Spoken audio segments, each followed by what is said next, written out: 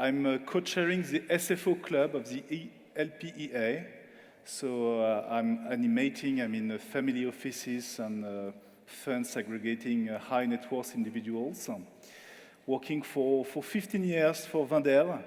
Actually, we are a very large family office because we are a family office dating back 3 centuries ago with 1,500 members of the family still shareholders of the firm. I'm very glad and honored to have 3 wonderful panelists today, Kostas, Rajaa, Eleonore. I think you deserve a bit longer introduction, so could you please tell us what you do in your family office / funds, starting maybe with Eleonore? Yes, with pleasure. So Converginvest was founded many, many years ago, and Rajaa actually worked at Converginvest also before my time. She coined the name Converginvest, which comes from the convergence of interests of the families we represent, a majority of which are partners of a big law firm. And over the years, they decided to structure. We have a registered IFM, and basically we offer access to a deal flow to professional investors, which are all interested in private equity, but for needs of diversification, are happy to follow us on smaller tickets. And yes, I've joined the firm 1 year ago as they desire to expand slowly their investor base. Rajaa, yeah? I just want to say 2 things. One is on the LPEA, because with Luis Galveas, we started the LPEA Insights in 2016, and we were very scared that nobody would show up, because the first attempt to have a conference focused on the actual investment side of the business, and we had hired the main room at Bill, so 120 people showed up, and the next year when it became a proper concept at Philharmonie, I think we had 300 people, so when I see what it became today, I can only congratulate the team and under the leadership of Stéphane Pech, and same thing for the SFO club, which we had started on a piece of paper, and I think you have almost 30 members, and couldn't be a better chair than Claude. So I think I'd rather do an intro on what's happening here than about myself, and I hope during the panel conversation I can elaborate a bit more about the views we have at Calista about private equity meets family offices. Thank you, Claude. I'm the managing director of Gestron. We are a fully fledged Luxembourg-based asset manager that is backed by the largest family. Probably you know the family through their controlling shareholding to EFG, private bank. But also the family is active in other major controlling stakes in energy, real estate, and healthcare. Now, in terms of Gestron, our funds have been established more than 10 years ago. The firm's around for 8 years.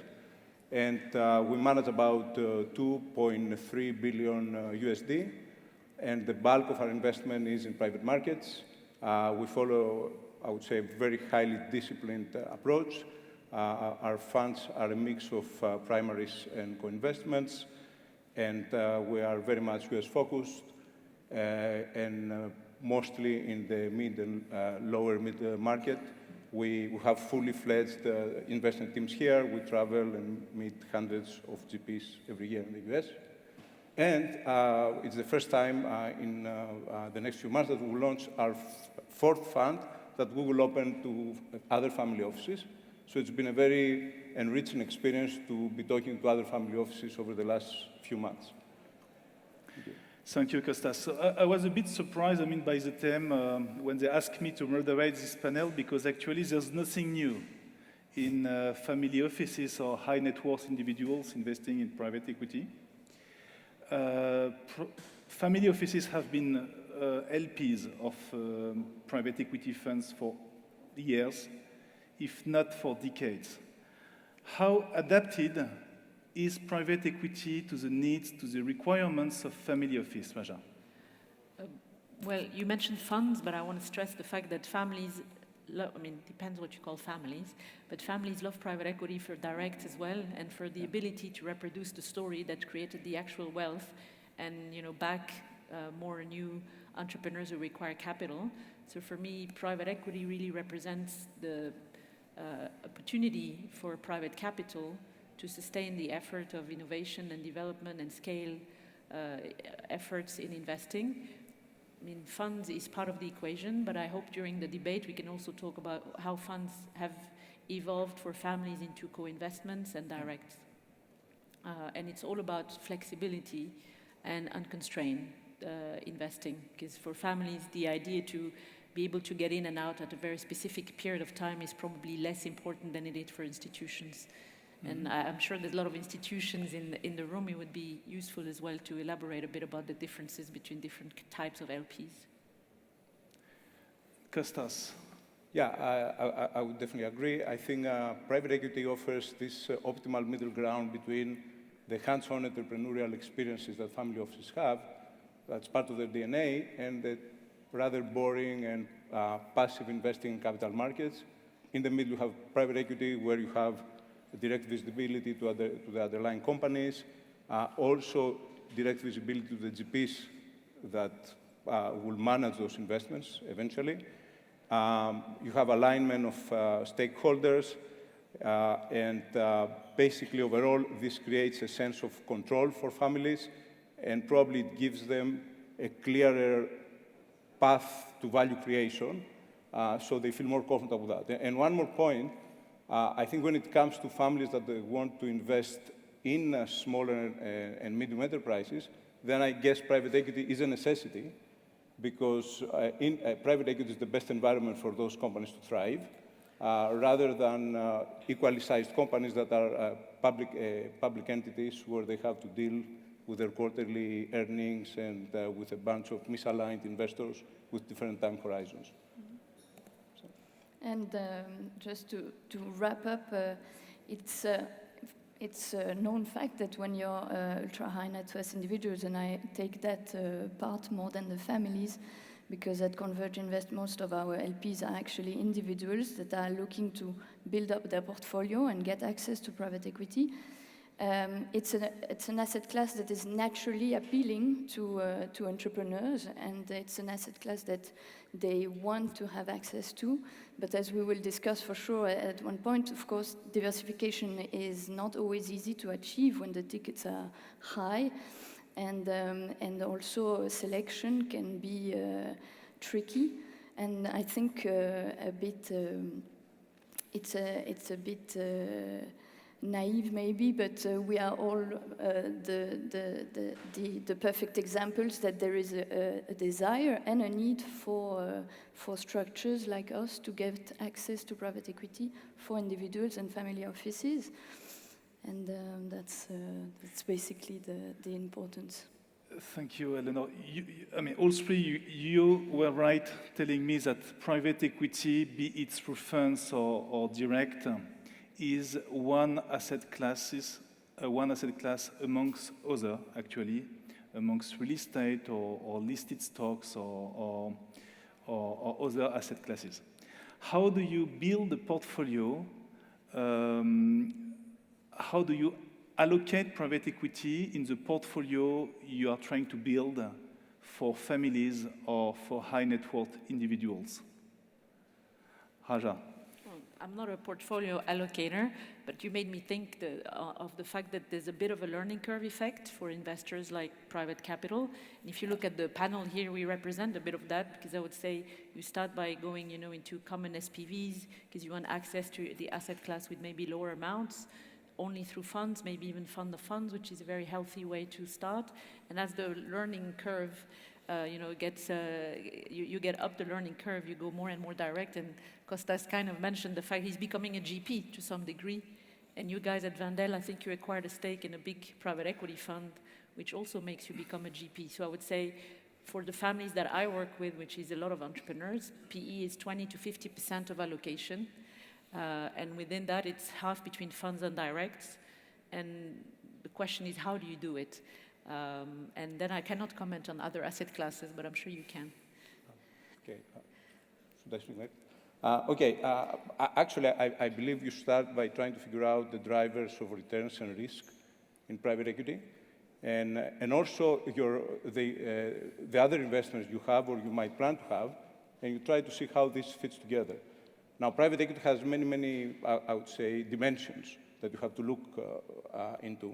One is you have to decide whether you want to be in smaller companies or big companies, whether your strategy should be a growth or you have to go with GPs and strategies that are EBITDA growth-oriented or debt-driven. Also, one has to look at the sectorial preferential allocation you want to do. There are some sectors, for example, that are more asset-light, more nimble. Other sectors are more entrenched, but they have a very high fixed capital. So again, you have to see where to position yourself. Another component is geography. The US, for example, offers different kinds of opportunities in different industries than Europe. So you have to understand where is the best way to go if you want to invest in a particular industry. And then a further level you have to look into is exits. Because, okay, you make your investments, you have to think about how you will get out and what will happen if an exit is delayed. Probably if you invest in smaller companies, you have multiple ways to exit, either through a strategic exit or another fund buying the company or some bigger fund buying it, etc. So all these things have to be taken into consideration. A last point is that you also have to diversify not only across investments, but also across GPs, because they are a big driver of value creation. I mean, if I may, some say diversification could be when you don't know what you're doing, and my experience is entrepreneurs tend to be very conviction-driven, and they may just decide that they double down on a sector or geography or a situation. But to complete what you said in terms of performance, we think very much in risk-adjusted return terms, and the timing is maybe less important, so we think much more in multiple terms than we do in IRR. And I think that measure will drive a lot of the selection and the allocation. I mean, in the case of, I tend to work with new money, and I don't know how new money you are, but probably older. No, I don't disagree. It all starts with what you are set up to do. Yeah. In our mindset, we were set up to do a very disciplined approach that would have diversification, or not so that you're, because we don't have conviction, we do have specific industries that we invest in, but in doing that, we want to be diversified. But, yes, and the reason is, what I'm saying is, the older the money becomes, and the more you become more disciplined or institutionalized in your approach to allocation, usually Gen 1, the guy who made the money, and maybe his children tend to be much more opportunistic and much more driven by conviction than by portfolio allocation. Okay. Is what I want to say. Correct. I mean, Eleonore, do you have an insight on this? Or? Yeah, we've heard a lot, diversification is key, and it's interesting analysis that we like to do at Converginvest, because of course all our investors, they are totally free to choose whether to follow us on one of the investments. And so we like to see sometimes, is it true? Is it true that if you will regularly allocate in the different funds over the years, will you have better returns? Or is selection actually more important? And it's not always a very clear answer, because you can really find some winners just that have cherry-picked a few of the opportunities we had offered. And then, but generally, I would say that diversification still helps a lot. I want to come back on direct investment, actually. We've heard a lot about co-investment over the last years. LPs investing alongside the funds they invest in. It's a way, obviously, to avoid the middleman, to reduce fees, to be in direct contact with, let's say, the real economy or the firms. I know, Rajaa, that at Calista you are offering to families and individuals a way to invest directly. What's your view on this? well, direct investment is not for everybody. Yeah? Because it's very much conviction-driven. If you do treat it as a co-investment, something different, there's a risk of adverse selection that is very important. And families tend to pick, especially private capital that is unconstrained, tends to pick what they can identify to. But I always say it's a process. Again, the learning curve. The longer time you've been in the industry trying doing a bit of trial and error with different GPs who give you access to co-investment, and probably the more experienced you become in terms of what kind of risk you're ready to stomach.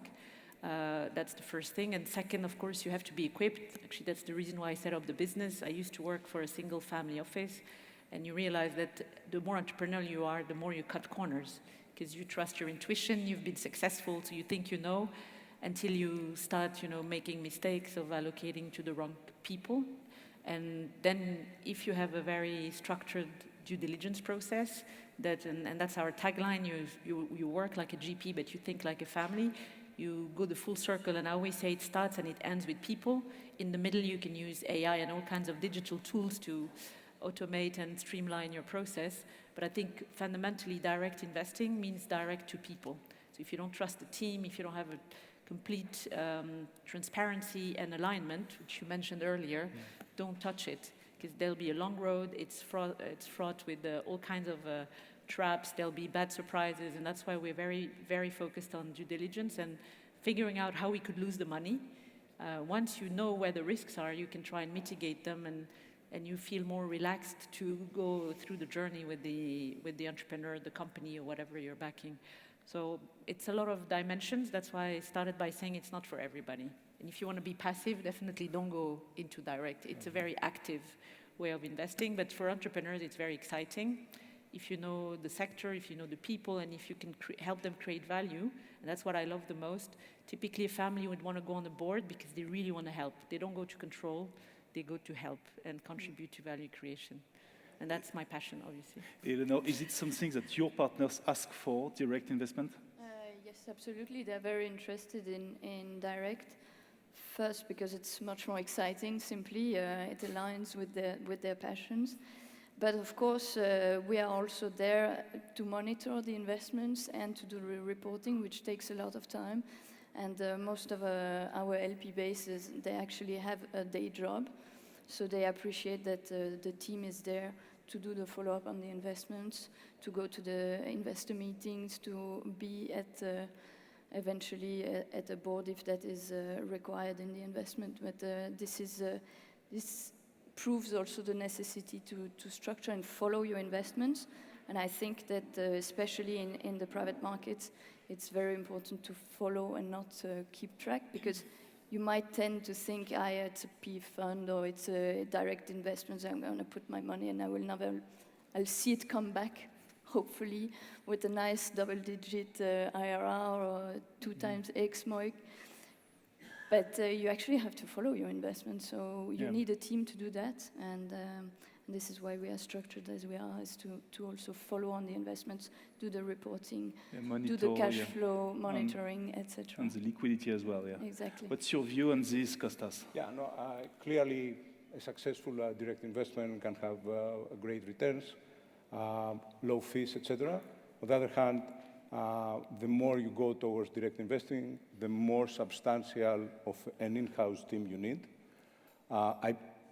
We tend to believe that for family offices, probably the optimal situation is co-investing with a GP. And once you go down that route, there are 2 issues. One is access to really highly sought-after GPs and deals, and selection. Now, to do that, to have access to the good GPs, you have to have invested for a couple of vintages with them. And also to have selection, you have to have done that with few GPs. So immediately, the kind of capital you have to have allocated and the tickets you have to have already written to reach a point where you have a good alignment of opportunities in co-investment, it requires like some, substantial amount of capital. So the question there is whether you do it alone, whether you do it and then after a point you ask others to join. But it's something that requires scale and sophistication in terms of your team, because you need people to originate those deals, to execute them, investment committees to challenge them. So you need to have all this institutional setup. There are 3 letters that I have not heard today on stages, with the different panels. It's ESG. So I guess that it's not trendy anymore, if I want to be provocative. How do families or high net worth individuals deal with ESG? Is it really a criterion when they select a fund or private equity investment? Briefly, Eleonore? Well, I think you haven't heard it so much on the panels because people have already integrated it in basically their due diligence, and it's now a no-brainer that ESG is important and should be looked at. And so I would say that it's positive that it actually didn't come up so much in the discussions today. It means that it's really a criteria that is now mainstream and important to everyone. So yes, we do also look at that. It's the kind of 100 million question. 3 things. I think first, ESG was always pushed on the public agenda by institutions, and it was almost political and part of what pension funds and big capital movers needed to have to validate certain things.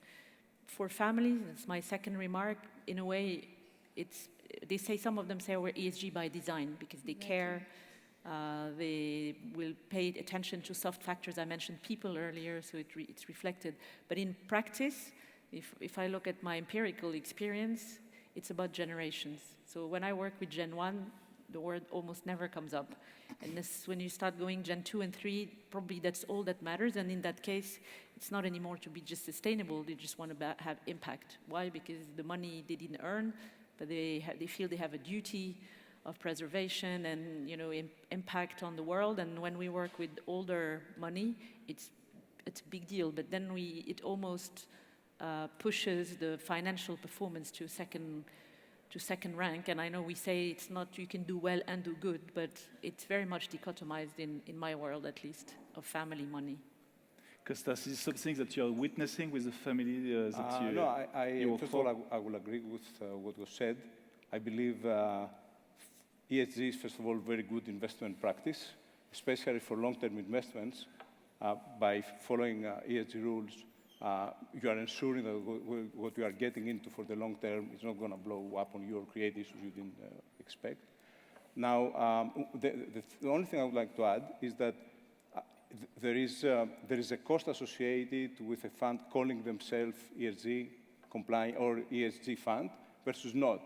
I believe we're in the stage that most investors follow very deeply ESG principles, but there is a subset that also go through the regulatory reporting and extra layers of cost to also say we're ESG. So I think there's more ESG than what we witness. I believe there is much more careful investing with sustainability issues in mind than the funds we see with an ESG label. You mentioned regulatory, but the taxonomy is extremely confusing for normal investors, and there's the whole redefinition of the SFDR and everything. So I don't know if this is something that people like to relate. There's been a bit of a backlash. No, it only comes up if a family decides to have a fund, yes, and they want to call it ESG compliant. Yeah. Then suddenly they might be ESG, but to do what is needed to call themselves ESG requires a lot of reporting. So there might be a decision of whether we want to have the label or not. That's true. The substance is there, though. We have 30 seconds left, so let me ask you just a very brief question. How do you see, the allocation? Do you see it increased or increasing or decreasing in the coming years for families? In private equity? In private equity, yeah. Increasing big time, but slowly and surely. Yeah, no, I would agree with that. Probably, though, the focus might be towards the mid or low-mid market, where exits are easier, and to the extent we've seen difficulty with exits in bigger deals, this might change the mix. But I definitely believe it will increase. Yes. Eleonore, you have the last word. Bigger, select well, be surrounded by experts if you can, and that's the best way to build a strong and portfolio that will go for the next generation.